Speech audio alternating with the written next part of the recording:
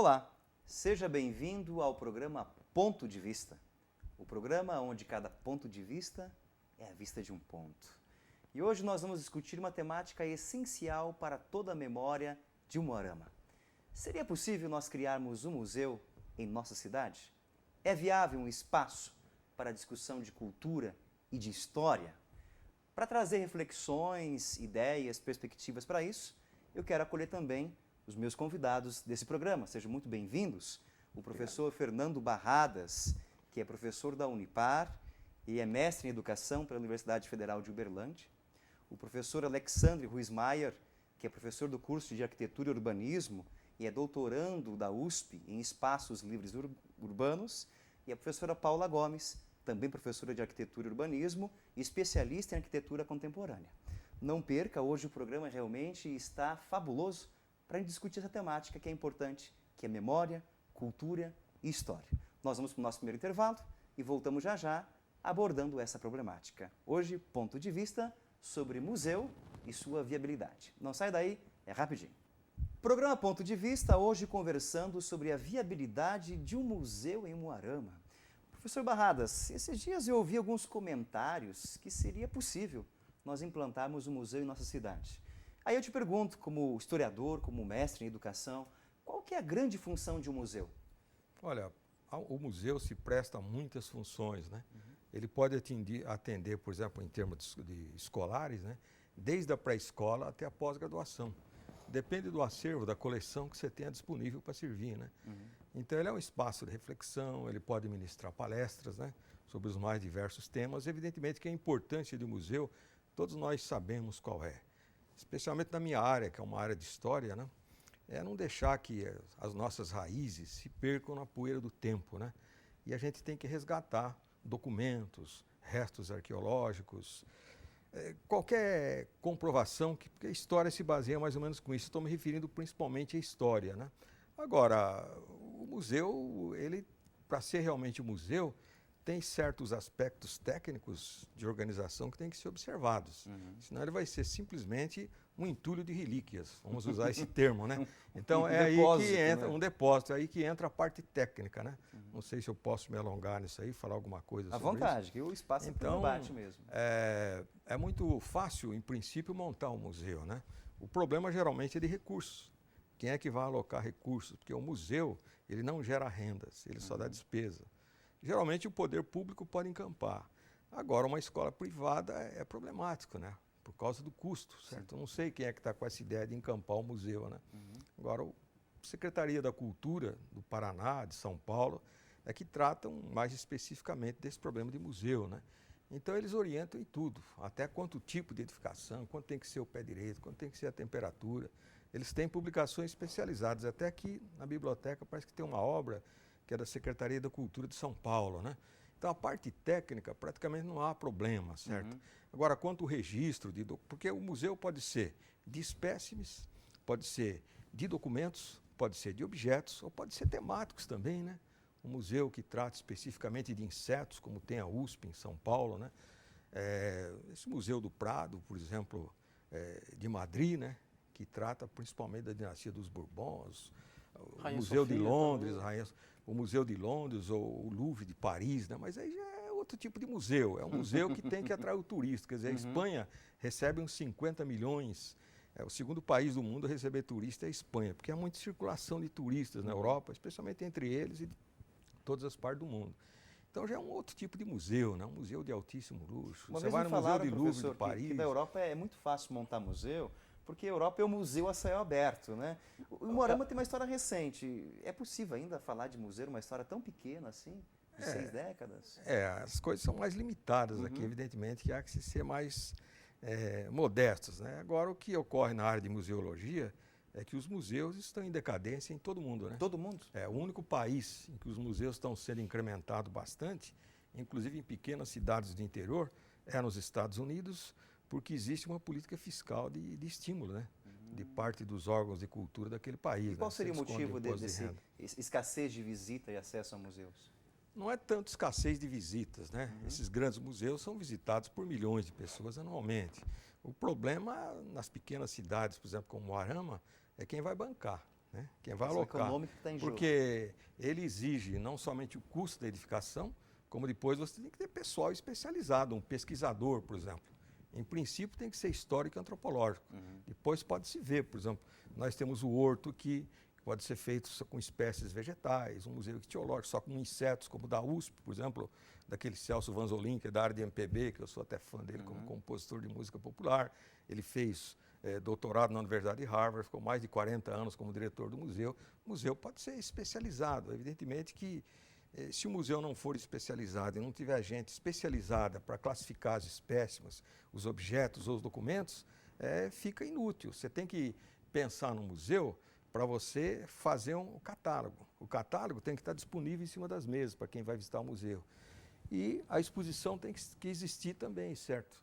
Agora, o museu cumpre uma função imensa. Se você for, por exemplo, um museu aqui de Curitiba, né, um museu, esse que é estadual de Curitiba, você vai verificar que, por exemplo, no hall de entrada, eles fazem exposições para os alunos, para o povo em geral, é aberto ao público em geral visitar. Outro dia eu estive visitando lá, eu vi como é muito bonito, né? Tinha uns alunos de 7ª série fazendo uma exposição, uma pesquisa com o professor de história, professor de ensino fundamental, né? Sobre a Guerra do Contestado. Tinham bastante material sobre a Guerra do Contestado, os alunos com o caderno, anotando, né? Então, o museu depende o que o acervo do museu tem. Então, geralmente, eles fazem semestralmente um calendário com as exposições que vão ser feitas, né? E distribuem para as escolas, tudo, as escolas já sabem. Agora, evidentemente que aqui não há tradição em museu, as escolas não estão habituadas, precisaria trabalhar Talvez diretamente, criar essa tradição. Então, isso é um museu, né? Que todo o acervo, cada objeto, ele tem que ser recuperado às vezes, né? Tem a sala de restauro, tem tudo. E o museu também, você tem que ter referências sobre aquele objeto, você tem que fazer a datação do objeto, certo? O objeto tem que estar limpo, bem conservado.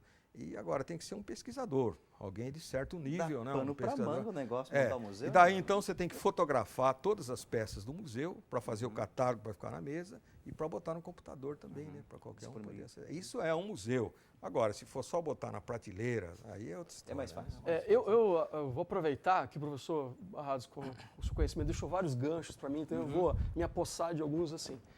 Inicialmente, eu acho que é importante fazer um resgate histórico do papel que o museu foi desenvolvendo ao longo dos tempos, até para a gente poder saber que tipo de museu se encaixaria dentro do perfil de Moarama. E até para chegar num dos comentários que ele fez, que é a realidade do problema da sustentabilidade do museu, no sentido financeiro e tudo mais. Inicialmente, os museus eles tinham um papel de abrigar um acervo relevante, seja de objetos do dia a dia que expressem a cultura de um povo, o seu dia a dia, ou um acervo de obras de arte, porque muitos objetos que às vezes no dia a dia eles se tornam velharias e coisas sem sentido, eles agrupados, catalogados, eles passam a ter uma conotação de identidade, de contar uma história. Então, num primeiro momento, os museus tinham esse papel. E, inclusive, os museus, ao longo da história, eles ocupavam até o papel das universidades. Muitos dos antigos pesquisadores, professores, estudavam nos museus, porque tinham um acervo a ser estudado. No segundo momento, os museus começaram a se preocupar em como apresentar essas coleções, esses acervos para as pessoas. Então, criar um mecanismo que as pessoas pudessem visitar, qual que é a disposição, mas adaptando muitas vezes o espaço. Então, muitas vezes pegavam-se palácios, edifícios históricos, que por si só já atraíam a visitação. Num terceiro momento histórico, os museus começaram... Isso eu estou falando como interesse como arquiteto, não como historiador, então me permitam algumas licenças poéticas de alguns excessos, talvez, mas como arquiteto, num outro momento, os museus começaram a se preocupar de como atrair realmente e divulgar essa informação. E isso foi num crescente que hoje, o museu, como a gente fala, o museu contemporâneo, ele se encontra numa situação de se repensar a sua função, porque o museu, como depósito de elementos puros e simples, independente do seu valor artístico, cultural, histórico, ele realmente está sendo repensado no mundo todo. Tanto que grandes fundações hoje investem justamente no projeto arquitetônico para que o edifício em si seja atrativo. Porque, é lógico, como o professor Barradas citou, alguns museus têm acervos que atraem, mesmo que você colocar isso numa repartição pública, numa tenda, qualquer né? pessoa vai querer visitar grandes obras artísticas ou grande material.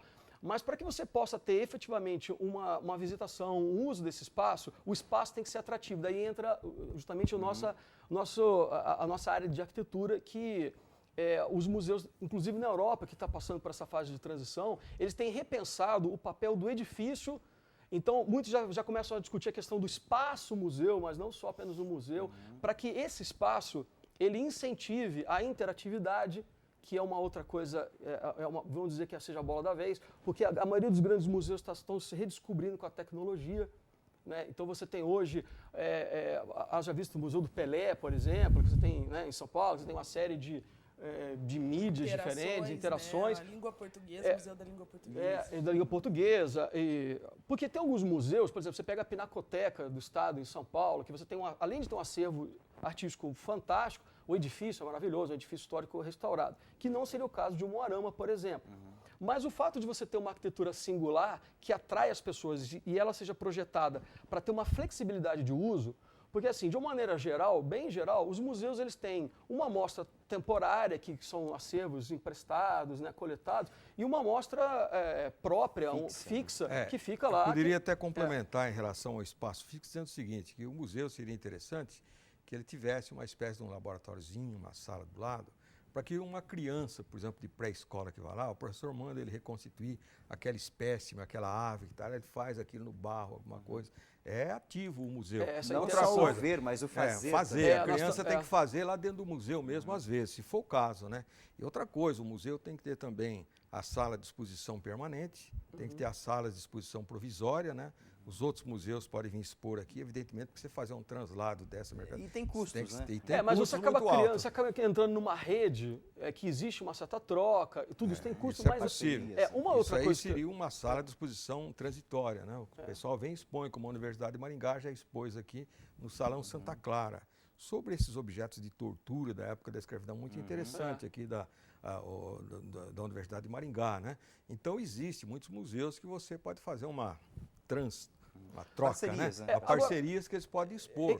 Aproveitando novamente o seu gancho, essa questão da exposição permanente, aí ela teria um papel importante na questão da criação da identidade local. Porque daí sim você precisa de elementos referenciais, porque o Moarama sofre de um problema de outras várias cidades da região, que é ser jovem demais. E esse jovem demais acaba banalizando elementos do dia a dia que nunca vão se transformar em fatos históricos, porque isso sempre é banalizado por ser muito novo, e você acaba não registrando. Eu comento isso porque eu fiz uma pesquisa há uns 2 ou 3 anos atrás, tentando resgatar elementos de valor histórico, de expressão de uma época, por exemplo, nos espaços livres públicos de Moarama, nas praças, nos calçadões, e você não encontra, porque existe assim, aquela sensação de que ele é velho, então vamos reformar, e reforma.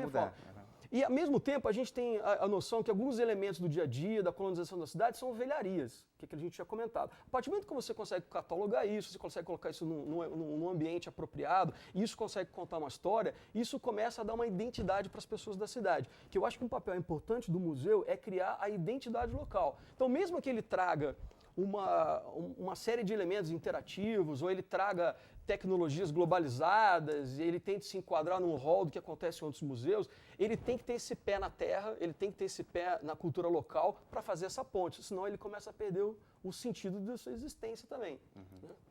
Professora Paula, está quietinha aí, só observando o nosso bate-papo, né? Você é de Moarama mesmo, professora? Sim, sou de Moarama. E exatamente isso que o professor Alex disse, da gerar a história, né? A gente precisa conservar o hoje para ter, daqui 50 anos, e ter uma história de 100 anos. Então, a gente precisa resguardar tudo isso. Essa valorização, como o professor Alex falou, das edificações, dos mobiliários urbanos, não existe mais, né? Então, a gente sempre vai buscando novo, porque aquilo não vai tendo valor, mas agora não tem valor. Depois de um tempo, se isso estiver restaurado, se estiver guardado, vai ter muito valor. E a partir do homem, o homem ele gera cultura, porque a vida gera cultura e gera história. E para a gente pensar em futuro, a gente tem que conhecer a nossa história. Então, é fundamental guardar a nossa história, né? Então, com certeza, respondendo a primeira pergunta sua, o Moarama é um espaço que mereceria um museu para guardar essa história e irradiar a cultura. Porque, a partir daí, como vocês disseram, essa questão de guardar a história ou concentrar a cultura, irradiar a cultura de modo das artes, da integração mesmo de tudo isso, é de muita importância, né, para todos. Vocês trouxeram bastante elementos contundentes, né, discursivos para a gente. Nós vamos para o nosso intervalo, a gente volta já já para amarrar essas ideias, esses pontos de vista. Não sai daí, a gente volta logo logo, discutindo hoje a viabilidade de um museu na nossa cidade. Estamos de volta com o programa Ponto de Vista, discutindo hoje a possibilidade e a viabilidade de um museu em nosso município, em nossa cidade. Professor Barradas, o senhor que não é só professor de História, mas tem História em Umuarama também, né? O senhor é de Umuarama mesmo ou não? Não, eu sou do interior de São Paulo. Faz quanto tempo que está aqui? Paulo. Eu moro em Umuarama desde 72. Então, como construiu História de Umuarama também. O senhor conhece bastante museus, visitou muitos com certeza. Quais são os aspectos técnicos no momento de montar um museu? O que é preciso pensar, articular e planejar? Olha, é bem fácil montar um museu, viu? Mesmo porque a Secretaria da Cultura do Paraná, de São Paulo, qualquer uma te dá cobertura. Por exemplo, eu consegui aqui no Paraná mesmo um modelo de regimento de museu, né? Eles têm tudo prontinho, te entrega tudo pronto. O modelo de edificação do prédio, os requisitos técnicos mínimos para você edificar, né? Tudo isso eles entregam praticamente mastigado, eles têm muita referência, né? Se você for no museu aqui de Curitiba, né? Ou de Campos Gerais, em Ponta Grossa, eles te abrem tudo, eles têm a máxima satisfação até de receber a gente, de colaborar com a gente. A forma como você recebe os objetos, geralmente um problema que eles esbarram, né? É que o pessoal quer fazer doações e oferece quinquilharias que não são relevantes. Está ocupando né? espaço em casa, Está vamos ocupando livrar. espaço, vamos limpar, né? Então, normalmente, quando você acolhe um objeto, você dá um recibo para a pessoa, mas de posse provisória, né? Aí você tem sempre uma comissão, às vezes 5 ou 6 pessoas, com os elementos da comunidade, os especialistas da área, né? Ou seja, de história ou qualquer outra área, e eles vão analisar se aquilo é relevante, né? Ou não é, né? Se não for, você devolve, você fica uns 30, 40 dias, né? Se for, o doador recebe um termo de doação definitiva, né? Aí a gente se torna proprietário, o museu se torna proprietário. Então, agora, em relação à classificação de espécimes, de objetos, de documentos, né? Isso aí também, se você, por exemplo, tem um sistema adotado quase que no Brasil inteiro, que é do Museu Nacional do Rio de Janeiro, eles fornecem tudo. Eu até tinha em casa isso aí, depois emprestei para o professor de Paranavaí, nunca mais deu. Mas imagino que hoje já deva ter mudado. Mas se você for aqui nos Campos Gerais ou no Museu de Curitiba, nossa, eles te mostram todos os livros, abrem os termos de abertura, como se registra o espécie, como biblioteconomia, por exemplo, né? Tem todo um sistema específico de classificar tudo. Então é muito fácil organizar o museu, né? O problema é mais de recursos, né? Agora, de obter, por exemplo, um acervo relevante, significativo, que possa se prestar a estudos escolares ou até de pós-graduação, já, né, é coisa que envolve tempo, mas obrigatoriamente tem que ter um responsável que seja dedicado, que tenha amor, né, e que seja mais ou menos especialista, que manje um pouquinho da coisa, não pode ser dado para um leigo, nem para alguém que não tem uma graduação, pelo menos, né? Isso não pode, porque aí a pessoa vai simplesmente empilhar nas prateleiras os objetos, né? Sem nenhuma referência. Vai ser impossível você fazer um catálogo para botar aí na internet ou para você fazer um catálogo para botar em cima da mesa, né? Tudo tem que ser pesquisado cientificamente, com rigor científico. Fazer rigor científico, geralmente, é quem é pós-graduado mesmo, né? Sim. Professor Alex, você não é de Umuarama, né? Não, não sou de Umuarama. Na verdade, se perguntar de onde eu sou, originalmente sou do Rio de Janeiro, mas já passei por tantos, cresci em Londrina, profissionalmente me estabeleci em Umuarama, então eu já me considero umuaramense, desde 2001. Vamos trabalhar com utopias agora, né? Vamos. Você que veio de fora, se estabeleceu aqui, tem um coração de Umuarama, né? Como é que você pensaria um museu para Umuarama, como arquiteto? Bom, na verdade, acho que o primeiro ponto é tentar imaginar qual que é a vocação desse museu ou de Umuarama para o museu. Então, eu acho que seria interessante, assim, se o museu tiver o perfil histórico, de uma área que é o que nos cabe, que a gente estuda bastante, Por exemplo, a questão, o Moarama tem uma situação bastante peculiar em termos de Brasil, que ela é uma cidade planejada, por exemplo. E a gente tem pouquíssimas referências aqui em relação ao processo de implantação da cidade. Inclusive eu trabalho pesquisando coisas sobre isso.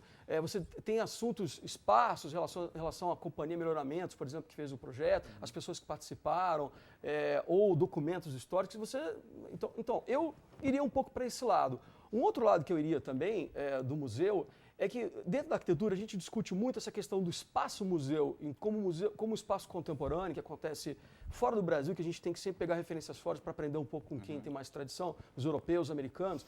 O museu acaba sempre sendo um local de encontro de pessoas interessantes, de pessoas que querem discutir cultura, independentemente do seu altíssimo valor do seu acervo. É claro que você precisa ter algum acervo, pelo menos, para criar uma base do motivo do museu estar ali. Mas o museu ele pode existir muito como um espaço para discussões, espaço de lançamento de ideias, onde você possa discutir também o que acontece no dia a dia da cultura da cidade.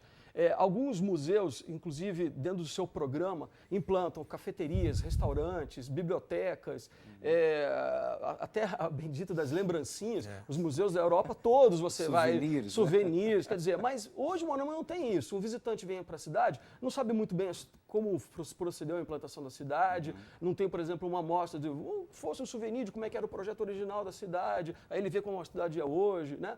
Algumas coisas indo para esse lado.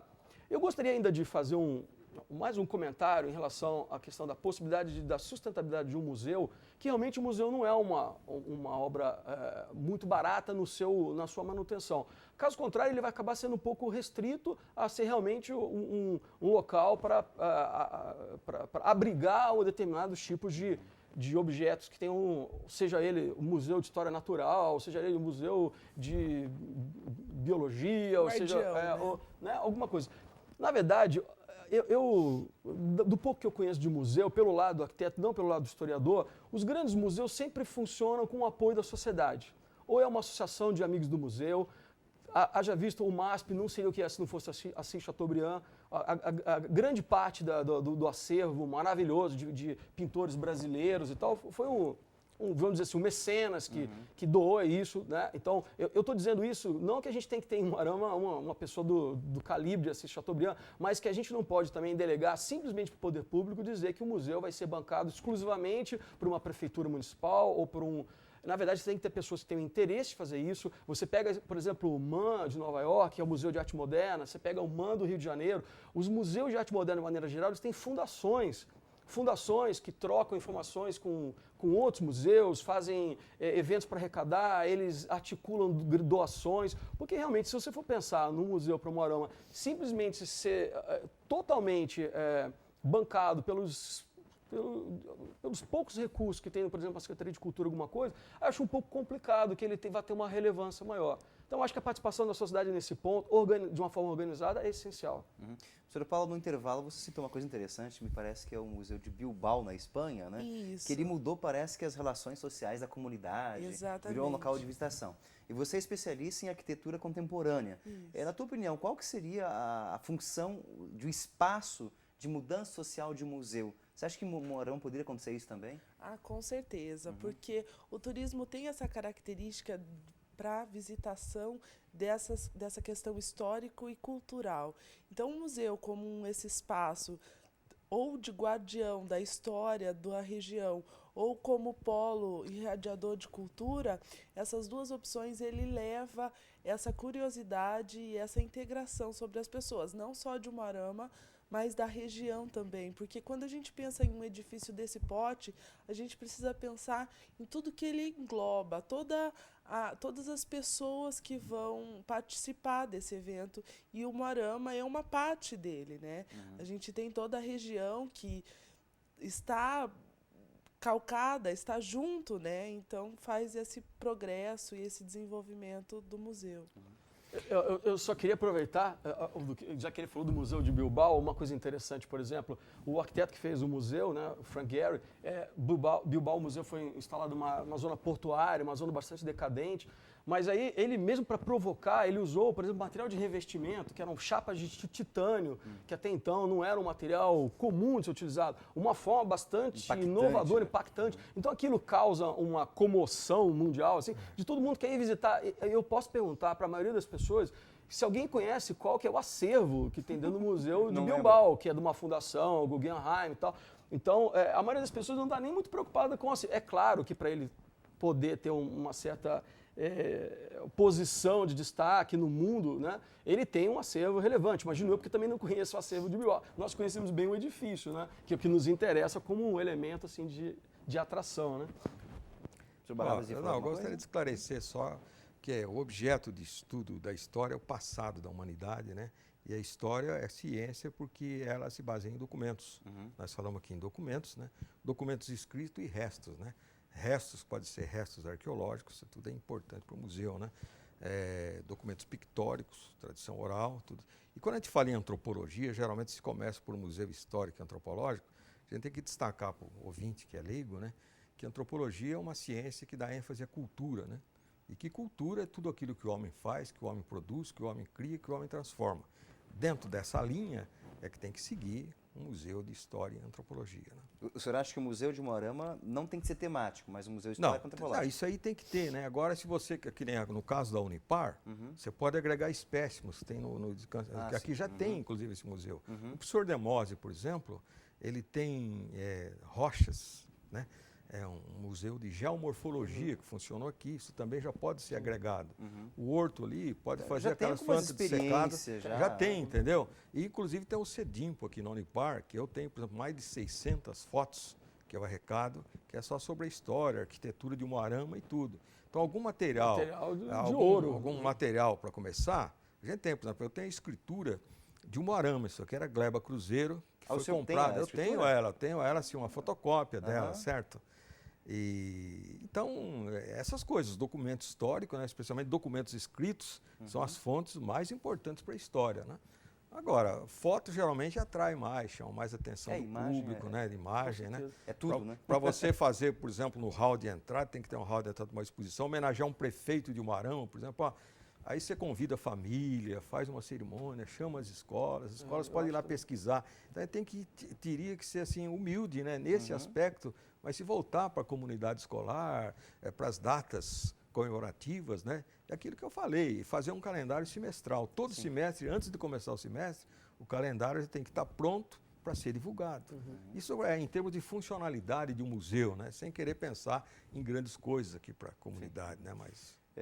saibam vocês que esse é o primeiro convite, viu? Terão outros programas que vocês participarão. A intenção é justamente essa, ouvir de vocês essa perspectiva, a viabilidade, possível ou não ter um museu, apresentar pontos de vista interessantes sobre a perspectiva da arquitetura, do urbanismo, da história, e essa sementinha foi jogada. A pergunta está lançada no ar, para você em casa também, se é possível ou não, e nós vamos voltar depois de um tempo atrás, depois de muita discussão, debate, nós vamos sentar novamente e discutir, olha, agora sim a gente pode colocar... Inclusive, que eu acho que sobre o que a gente falou, podem surgir críticas e pessoas que discordam de alguma coisa, ou discordam de algum outro ponto, que isso pode ser amadurecido, esse debate, né? A intenção do programa é justamente isso, a gente levantar a discussão, e acho que a gente conseguiu mesmo, quem está em casa participou, assistiu bem a gente, pontos de vista colocados, e agradeço muito a presença de vocês, o tempo de vocês, a história de vocês, o estudo de vocês, a partir de vocês, para que a gente possa articular isso para a nossa cidade. Obrigado pela presença. Obrigado.